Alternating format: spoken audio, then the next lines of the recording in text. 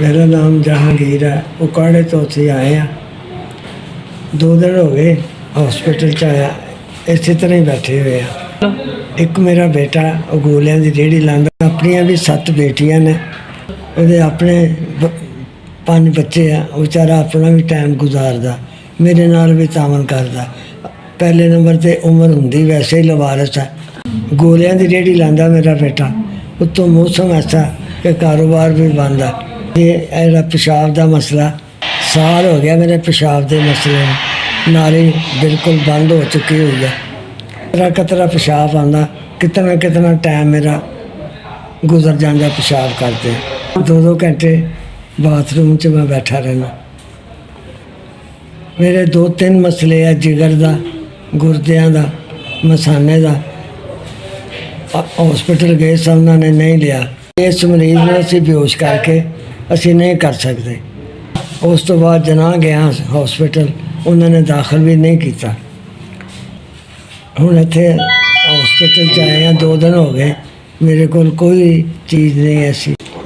Operation ਕਰਵਾਉਣਾ ਵਜ੍ਹਾ ਦੇ ਨਾਲ ਮੇਰਾ ਇੱਕ ਗੁਰਦਾ ਉਹ ਵੀ ਸੁੰਗੜ ਗਿਆ, ਦੂਸਰੇ ਗੁਰਦੇ ਦੇ ਵਿੱਚ ਪੱਥਰੀ ਵੀ ਹੈ ਛੋਟੀ ਜਿਹੀ।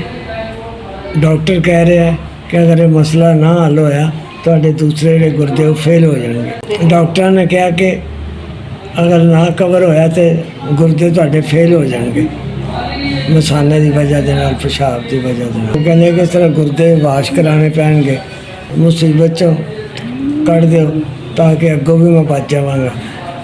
ਉਮਰ ਦਾ ਲਿਹਾਜ਼ ਆ, ਮੈਂ ਤਾਂ ਦੁਆ ਹੀ ਦੇ ਸਕਦਾ।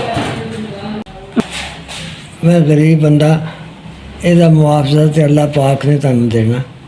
ਦੁਆ ਕਰਦਾ ਰਹਾਂਗਾ ਜਦ ਤੱਕ ਜ਼ਿੰਦਗੀ ਹੈ।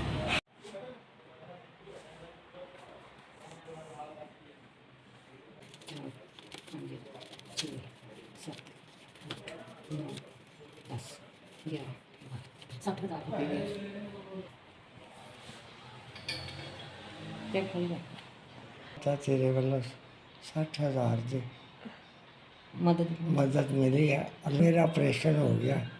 ਤੇਰਾ HVH ਉਹਨਾਂ ਦਾ ਵੀ ਬੜਾ ਇਹਸਾਨ ਹੈ, ਜਿਨ੍ਹਾਂ ਨੇ ਮੇਰੇ ਤੱਕ 60,000 ਰੁਪਇਆ ਪਹੁੰਚਾਇਆ ਵੇ।